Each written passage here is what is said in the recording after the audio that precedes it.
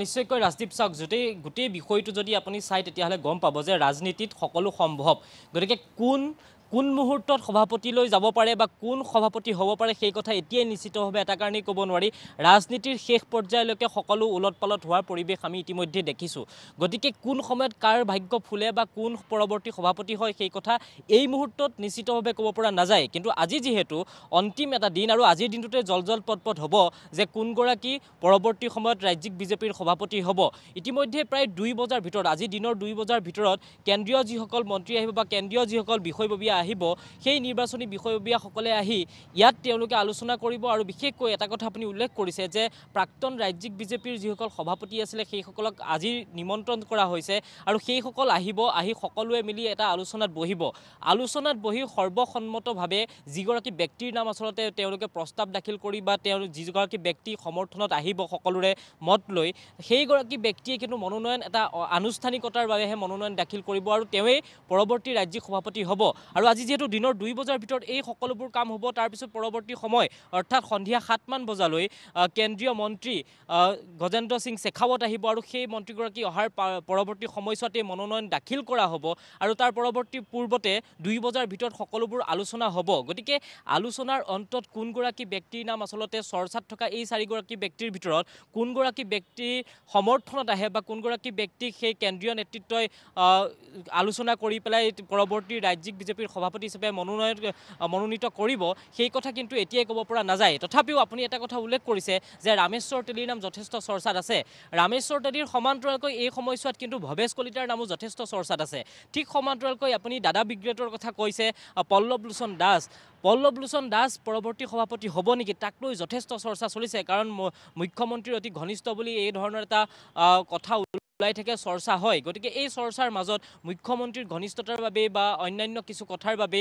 পল্লৱ লোচন পৰৱৰ্তী সময়ত ৰাজ্যিক বিজেপিৰ সভাপতি হ'ব নেকি সেই কথাও কিন্তু এতিয়া চৰ্চাত আছে ঠিক সমান্তৰালকৈ আন এটা কথা যদি চাই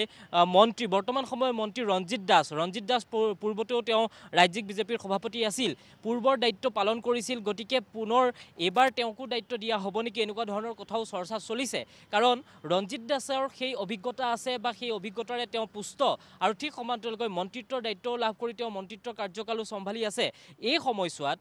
ৰঞ্জিত দাসকো সেই দায়িত্ব অৰ্পণ কৰা হ'ব নেকি তেনেকুৱা ধৰণৰ চৰ্চা চলিছে ৰঞ্জিত দাসে সেই কথা কৈছে যদিহে দলে তেওঁক নিৰ্বাচিত কৰে বা দলে যদি তেওঁক পৰৱৰ্তী সভাপতি হিচাপে দায়িত্বভাৰ গ্ৰহণ কৰে তেওঁ গ্ৰহণ কৰাত কোনো ধৰণৰ আক্ষেপ নাই বা কোনো ধৰণৰ তেওঁ সমস্যা নাই তেওঁৰ দলে যি দিয়ে সেই ধৰণেই তেওঁলোকে আগবাঢ়ি যাব বুলি উল্লেখ কৰিছে গতিকে এই এটা কথা ক'ব পাৰি নেকি যে ৰঞ্জিত দাসো হ'ব পাৰে নেকি পৰৱৰ্তী সভাপতি বা ঠিক সমান্তৰালকৈ কালি মুখ্যমন্ত্ৰীগৰাকীয়ে উল্লেখ কৰিছিলে যে ভৱেশ কলিতাৰ কাৰ্যকালত তেওঁ ভালদৰে কাম কৰি আছে এই কথাটোৰ পৰাও এটা পৰ্যায়লৈ আহিব পাৰি নেকি যে ভৱেশ কলিতাই পৰৱৰ্তী সভাপতি হ'ব নেকি ঠিক সমান্তৰালকৈ একেটা প্ৰশ্নই আকৌ উত্থাপিত হয় যে মুখ্যমন্ত্ৰীৰ অতি ঘনিষ্ঠ পল্লৱ লোচন দাস এই ঘনিষ্ঠতাৰ বাবে আকৌ পল্লৱ লোচন দাস পৰৱৰ্তী সভাপতি হ'ব নেকি ৰামেশ্বৰ তেলীৰ কথা ইতিমধ্যে উল্লেখ কৰা হৈছে কেন্দ্ৰীয় মন্ত্ৰী হিচাপে কাৰ্যনিৰ্বাহ কৰিছে যথেষ্ট অভিজ্ঞতা আছে বিজেপিৰ অতি পুৰণা কৰ্মী গতিকে ৰামেশ্বৰ তেলীও কিবা কাৰণত সভাপতি হ'ব নেকি কাৰণ এই গোটেই আপুনি 4গৰাকী ব্যক্তিৰ যদি গোটেই ৰাজনৈতিক প্ৰেক্ষাপটলৈ লক্ষ্য কৰে তেতিয়াহ'লে দেখিব যে প্ৰতিগৰাকীৰ ক'ৰবাত নহয় ক'ৰবাত বিশেষ ভূমিকা আছে বা কোনোবা হয়তো ক্ষমতাৰ কাৰণেও গম পোৱা যায় বা তেওঁৰ ক্ষমতা অধিক এই সকলোবোৰ কথা চাই কেন্দ্ৰীয় নেতৃত্বই কাক আচলতে পৰৱৰ্তী সভাপতি হিচাপে নিৰ্বাচিত কৰে বা কোন হয় সেই কথা আজি 2টা বজাৰ ভিতৰত সকলো যিহেতু ইয়াত গোট খাব ইতিমধ্যে মৰিগাঁৱত যিহেতু কেবিনেট চলিছে গতিকে সেই কেবিনেটত সকলো ব্যস্ত আছে গতিকে কিছু সময়ৰ পিছতে ইয়ালৈ আহি উপস্থিত হ'ব আৰু ৰাজ্যিক বিজেপিৰ পূৰ্বৰ যিসকল সভাপতি আছিলে সেই সভাপতিসকলকো ইয়ালৈ নিমন্ত্ৰণ কৰা হৈছে গতিকে তেওঁলোক 2 বজাৰ ভিতৰত আহি উপস্থিত হ'ব তাৰ পিছত আলোচনাত বহিব আৰু আলোচনাত বহাৰ পিছতহে এই সকলো কথা ওলাই পৰিব যে কোন হ'ব পৰৱৰ্তী ৰাজ্যিক বিজেপিৰ সভাপতি কিন্তু সকলো বিষয় যদি চৰ্চালৈ আপুনি চাই তেতিয়াহ'লে প্ৰত্যেকগৰাকী ব্যক্তি যি 4গৰাকীৰ নাম আমি উল্লেখ কৰিছোঁ প্ৰতিগৰাকীৰ নাম কিন্তু চৰ্চাত আছে শীৰ্ষত প্ৰতিগৰাকীয়ে থকাৰ নিচিনা অনুভৱ হয় কাৰণ সকলোৱে সকলো ধৰণৰ কথা কৈ আছে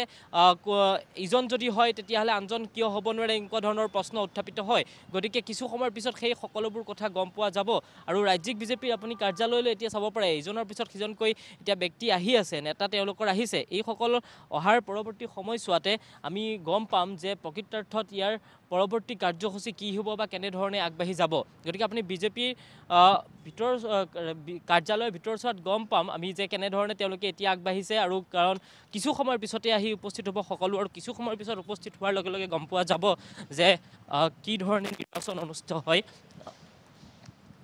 क्योंकि मैं भाजपा का कार्यकर्ता हूँ तो भाजपा के ऑफिस में आया हूँ और मुझे पता चला कि आज ऐसा होने वाला है तो मैंने सोचा चलो इस मौके का फ़ायदा उठा के चला जाऊँगा तो मुझे इसके बारे में और कुछ कहना नहीं है थैंक यू নিশ্চয়কৈ আমি কেন্দ্ৰীয় নেতৃত্ব এনেধৰণে আহি উপস্থিত হৈছেহি আৰু হোৱাৰ পিছতে ইয়াত আলোচনা হ'ব আৰু আলোচনা হোৱাৰ পিছত গম পোৱা যাব প্ৰকৃতাৰ্থত কি ধৰণে আচলতে কামবোৰ আগবাঢ়ে আৰু যিহেতু সময় নিৰ্ধাৰণ কৰি দিয়া হৈছে 2 বজাৰ ভিতৰত সকলো আহি উপস্থিত হ'ব লাগিব আৰু 2 বজাৰ ভিতৰত আলোচনা হ'ব লাগিব গতিকে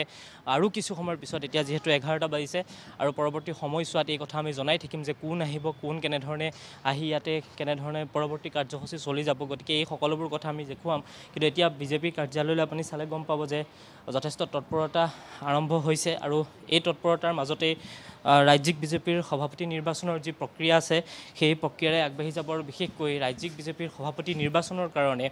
মনোনয়ন দাখিল যিহেতু আজি হ'ব গতিকে সকলোৱে এটা পৰ্যায়লৈকে আলোচনাত আহিব আৰু আলোচনাত আহি প্ৰকৃতাৰ্থত কোনগৰাকী